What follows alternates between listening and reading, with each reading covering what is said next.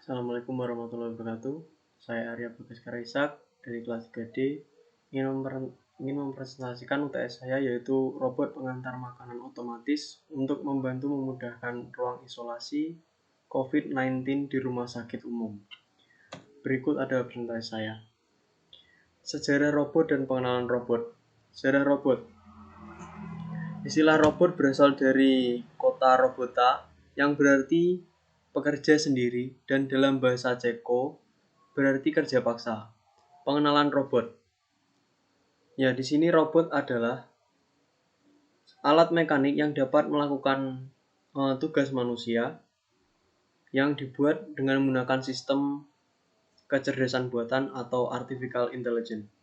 Pada hakikatnya, robot mengandung beberapa unsur pendukung, yaitu programmable, automatic atau otomatis, manipulator atau perangkat manipulasi, dan human-like atau mempunyai kemiripan dengan manusia. Selanjutnya adalah jenis-jenis robot.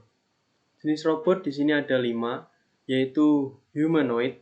Humanoid adalah robot yang masuk dalam kategori robot berkaki. Lebih jelasnya adalah robot yang memiliki ciri fisik mirip seperti manusia. Yang kedua adalah animaloid, yaitu robot yang memiliki ciri fisik hewan, ya sama seperti namanya, terutama juga memiliki insting seperti hewan. Contohnya Aibo. Aibo adalah robot anjing dan memiliki insting juga seperti anjing. Yang ketiga, robot industri.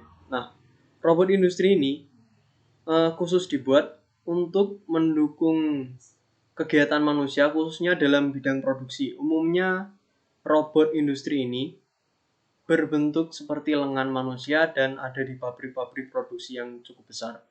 Yang keempat adalah robot riset.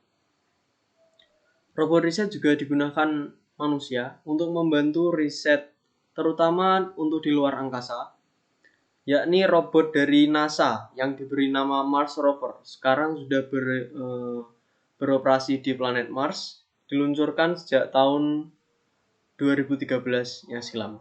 Yang kelima adalah robot line follower.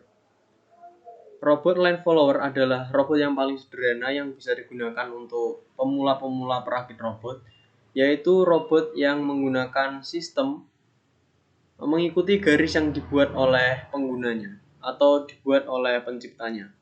Kemudian jenis robot berdasarkan kendalinya dibagi menjadi 2, yaitu robot otomatis dan robot teleoperasi. Ketiga adalah sistem kontrol. Sistem kontrol adalah suatu proses pengaturan atau pengendalian terhadap satu atau beberapa besaran sehingga berada pada suatu harga atau rangkuman range. Ya, di sini kami ingin menggunakan controller yaitu PID. PID adalah controller proporsional, integral, dan derivatif. Untuk controller proporsional, kontrol proporsional berfungsi untuk mempercepat respon, kemudian controller integral berfungsi untuk menghilangkan error steady, dan controller derivatif berfungsi untuk memperbaiki sekaligus mempercepat respon transition. Robot line follower.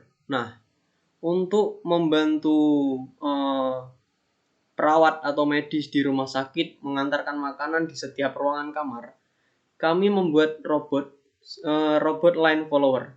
Jadi robot line follower adalah robot pengikut garis, merupakan suatu bentuk robot yang bergerak mengikuti suatu garis pandu yang telah ditentukan. Ya, di konteks ini kami yang menentukan alurnya.